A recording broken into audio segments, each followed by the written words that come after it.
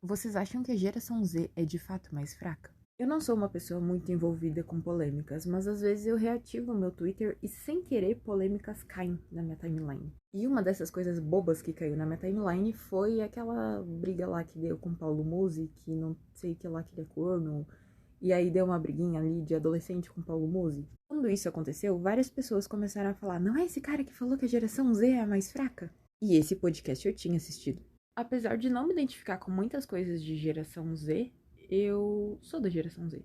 E eu não me senti ofendida com aquele podcast. Na verdade, eu tava com vontade de estar naquela mesa conversando com eles, porque eu tinha algo pra dizer sobre aquilo. Algo místico, inclusive. Mas vamos com calma. Antes de mais nada, eu acho que é bom contextualizar o que estava acontecendo naquele podcast. Se eu não me engano, quem puxou esse assunto foi o Wesley Delanogari, mas eu posso estar enganada porque faz tempo que eu assisti.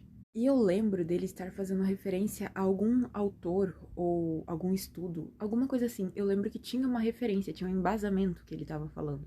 E assim, falando bem nas minhas palavras, basicamente as gerações anteriores sofriam mais do que a nossa geração, ou a minha geração. Por conta disso, nós nos tornamos mais sensíveis ao sofrimento. É quase como se a gente não tivesse tomado nos córneos o bastante pra criar casca, sabe? E aí, depois que o Wesley deu essa explicação, que é muito melhor que a minha, vejam o vídeo, não confiem só no que eu tô dizendo, Paulo Musi complementou com a dinâmica da casa dele. Eu não lembro se ele tem 2 ou 3 filhas, mas ele tava falando sobre os diferentes perfis que as filhas dele têm. E nessa hora eu fiquei com muita vontade de entrar na conversa. Veja bem, se tu tem algum parente ou conhecido que é, sei lá, minimamente espiritualista, provavelmente tu já ouviu falar em crianças índigo. E assim, tem muita gente falando muita coisa sobre isso na internet, nos livros e tudo mais. Porque esse meio espiritualista é uma zona, tu nunca sabe em quem confiar ou não. Basicamente, um monte de gente pescando informação no inconsciente e dizendo, ah, é isso aqui, eu acredito nisso aqui, e aí tu tem que filtrar. Sendo bem sincera com vocês, eu não tenho o menor interesse nesse tipo de assunto, porém, eu ouvi uma explicação que eu absorvi porque, de fato, aquela explicação me tocou, me marcou por algum motivo. De fato, é uma pessoa que lê muito, que se informa muito, uma fonte que eu diria ser confiável, mas não foi exatamente isso que me fez absorver aquela informação. Enfim, o fato é que muitas das coisas que eu vivenciei depois se encaixaram como uma luva dentro disso. E o exemplo do Paulo Musi principalmente. Mas tá, chega de enrolação e vamos logo para a explicação. A informação que hoje eu levo em consideração em relação a esse assunto é: a partir dos anos 60 começaram a nascer as primeiras crianças índio.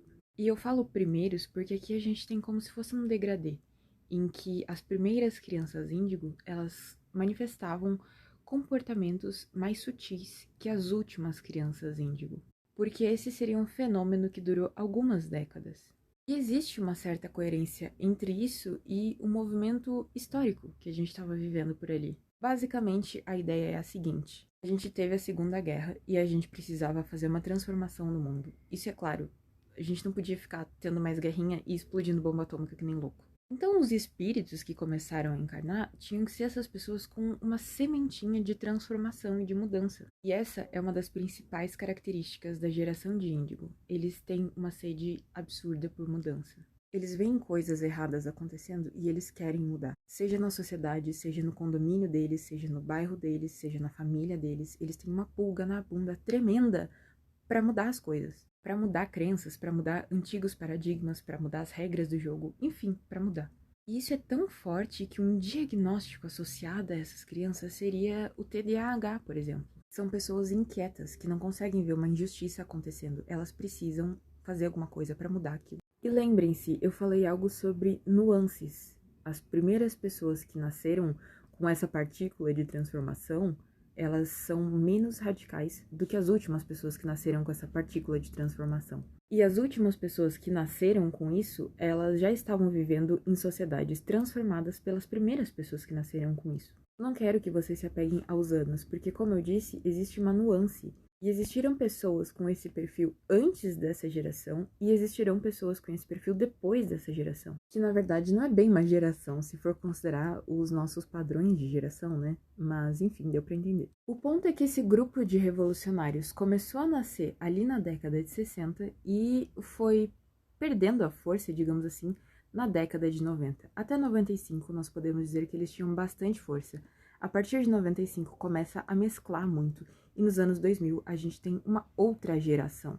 Sendo assim, é válido considerar que esses últimos índigos, que seriam ali da década de 90, são os mais revolucionários, são tipo os militantes que a gente tanto vê por aí.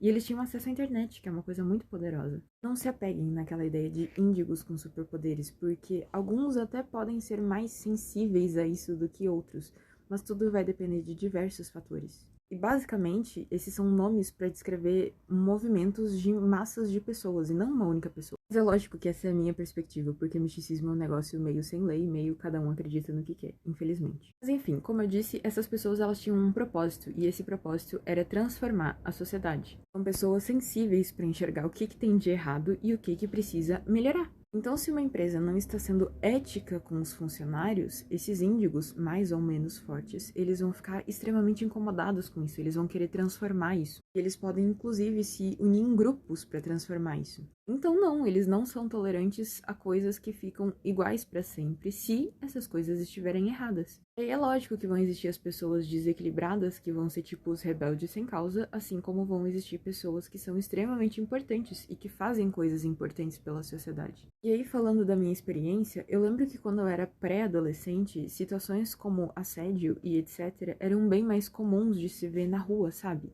E naquela época, a minha família me sugeria ter uma conduta que hoje eles consideram inadmissível, porque os tempos mudaram. E as coisas se transformaram justamente porque teve essa cambada de gente que veio para causar uma transformação no mundo.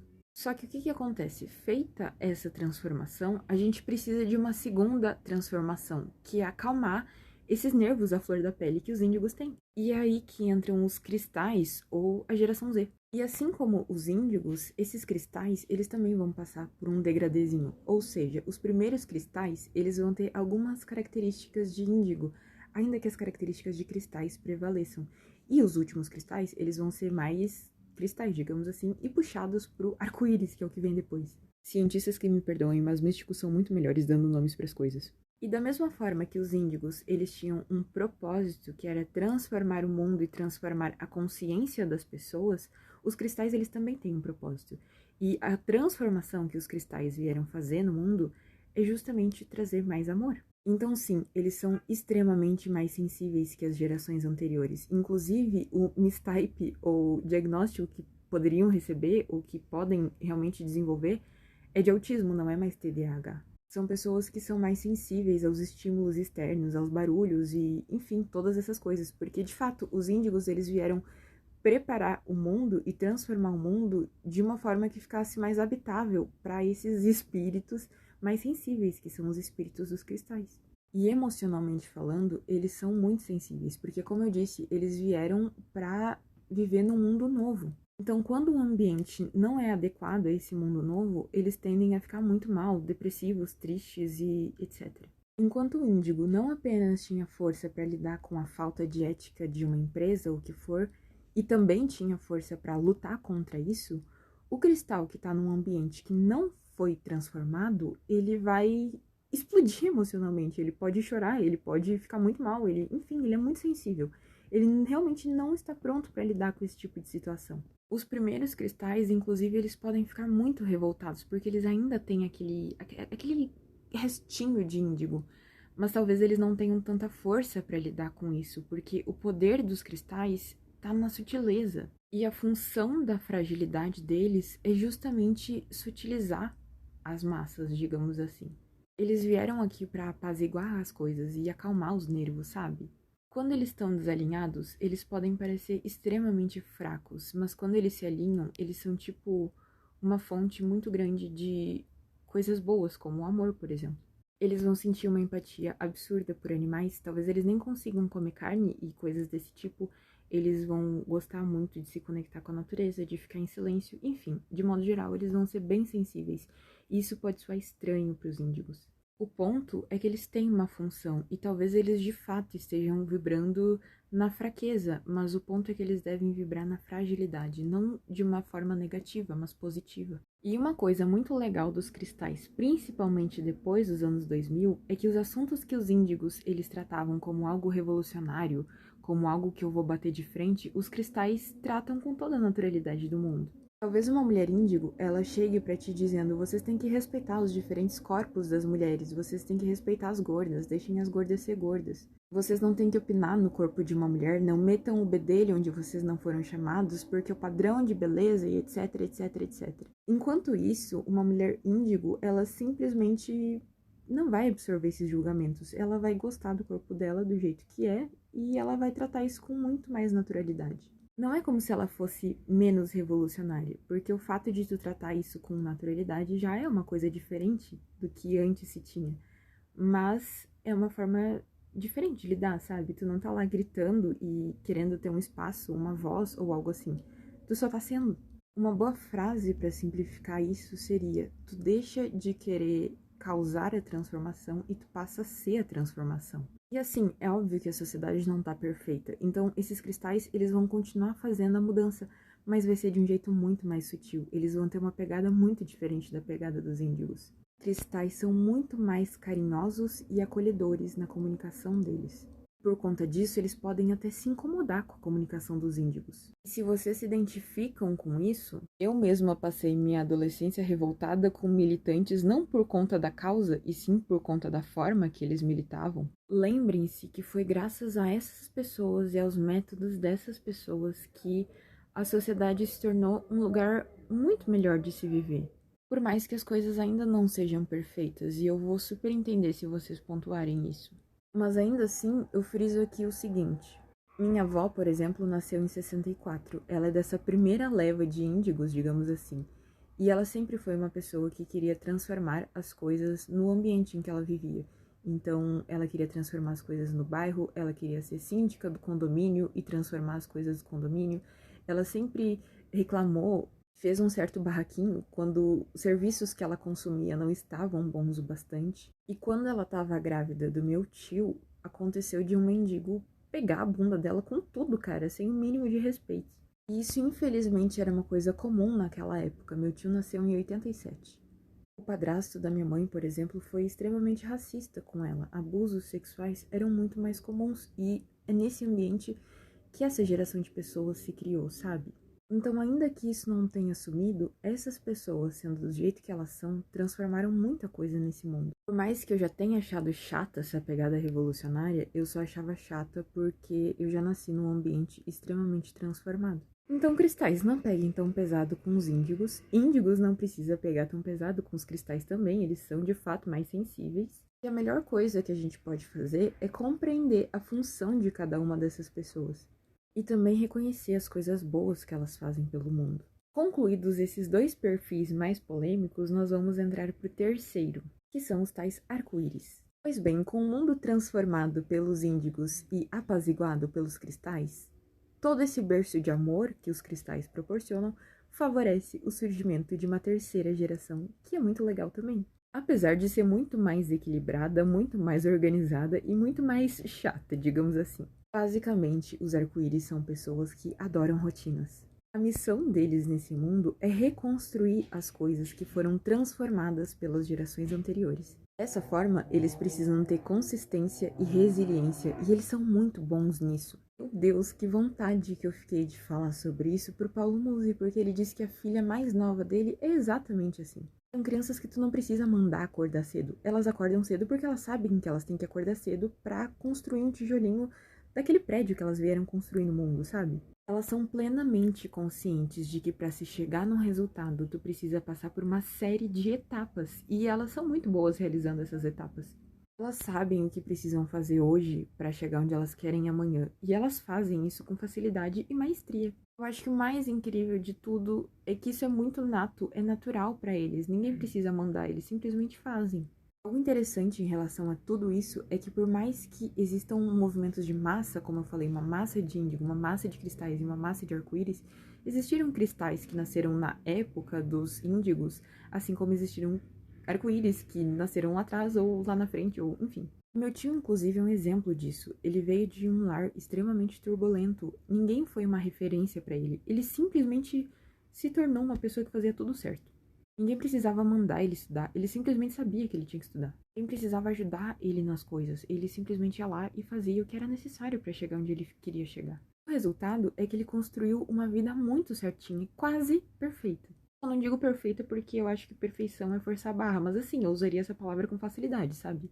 todos esses processos da vida ele fez muito bem. Colégio, faculdade, trabalho, tudo. Ele segue esses passos com muita facilidade. E como eu disse, ele nasceu em 87. Por isso que eu falo, não se apeguem às datas. Em linguagem mística, os cristais vieram trazer o amor ágape ao mundo. É quase como se eles trouxessem essa energia crística mesmo.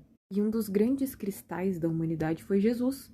Jesus, cara, o humano estava muito à frente do tempo, ele nasceu lá atrás, ele já era cristal. Imagino eu que o Paulo Musi não tenha tanto interesse sobre esses assuntos, mas é por isso que eu tinha tanta vontade de estar naquela mesa. Por mais que seja um papo mais científico que estivesse rolando, eu queria muito falar sobre isso. Porque por mais que a gente não pense em almas e, sei lá, poderes psíquicos que essas pessoas podem desenvolver ou qualquer coisa assim, é algo que se encaixa muito bem na sociedade e na forma com que ela acontece ao longo dessas últimas décadas, sabe? Eu gosto muito dessas visões mais pé no chão, que não são tão viajadas. Porque eu não tenho interesse em poderes psíquicos, eu acho muito legal aprender sobre isso também. Mas enfim, compreender as coisas dessa forma facilitou muita coisa pra mim, sabe? Fui uma adolescente muito revoltada com o militante, e não era pela causa, eu concordava com as causas, mas a forma com que se militava me deixava muito revoltos. E aí perceber isso e compreender isso e perceber a mudança que essas pessoas que eu me revoltava fizeram no mundo, cara, foi tão importante pra mim, sabe? Enfim, entender como as pessoas funcionam, entender o propósito delas ao invés de só considerar que elas são fracas. Não é só porque hoje em dia muitas pessoas podem simplesmente ir no mercado, comprar comida e guardar elas dentro de um armário e comer quando elas estão afim, que tu vai avacalhar todas as gerações que não precisaram caçar. Porque convenhamos, não é bom caçar. Tu se coloca em risco, tu é responsável pela morte de um ser e tu se vê sendo responsável pela morte desse ser. Porque convenhamos que é muito mais animalesco tu arrancar o pescoço de uma galinha do que tu pegar uma galinha já sem pescoço no mercado, sabe? E eu sei que ainda hoje existem muitas pessoas nessa condição de vida, mas o que eu tô querendo dizer é que não é ruim que a gente possa ser mais sensível, na verdade é muito bom. E se a gente compreender que essa sensibilidade em equilíbrio pode nos trazer as coisas mais doces e amorosas que existem, talvez a gente se torne mais tolerante a essa fragilidade. Até porque a pessoa que é muito sensível, é ela que sofre com a sensibilidade dela, sabe? Talvez ter que lidar com essa sensibilidade da pessoa nos torne mais sensível também, e isso é bom. E veja bem, eu não tô aqui pra pregar uma palavra de paz, mas talvez fazer vocês perceberem uma mesma situação por uma outra perspectiva, sabe? Vocês não precisam ser místicos ou acreditar nisso tudo para perceber que a sensibilidade ela não precisa ser ruim. Talvez ela só precise estar no lugar certo. Porque de fato a pessoa sensível ela pode não ser tão boa em serviços que exigem resistência, mas ela pode ser ótima fazendo poesia. Então, enfim, olhem para isso com mais carinho. Não vai ser através da brutalidade que vocês vão extrair o melhor dos cristais. Eu não tô falando que eles são anjos perfeitos, eles podem ter vários defeitos também. Mas talvez entender o funcionamento dessas pessoas possa te ajudar a manejar isso da melhor maneira. Porque eu, por exemplo, tentei muito e quis genuinamente mudar com esse discurso do no pain, no gain. Mas eu só consegui acertar meus hábitos e a minha vida no momento em que eu comecei a mudar através do slow life, slow living, ou chamem como quiserem. Que é o que eu ensino aqui, inclusive. Se vocês quiserem saber mais sobre isso, podem se inscrever no meu canal. Mas enfim, eu já falei demais e eu quero saber o que vocês acham sobre tudo isso. Me contem nos comentários.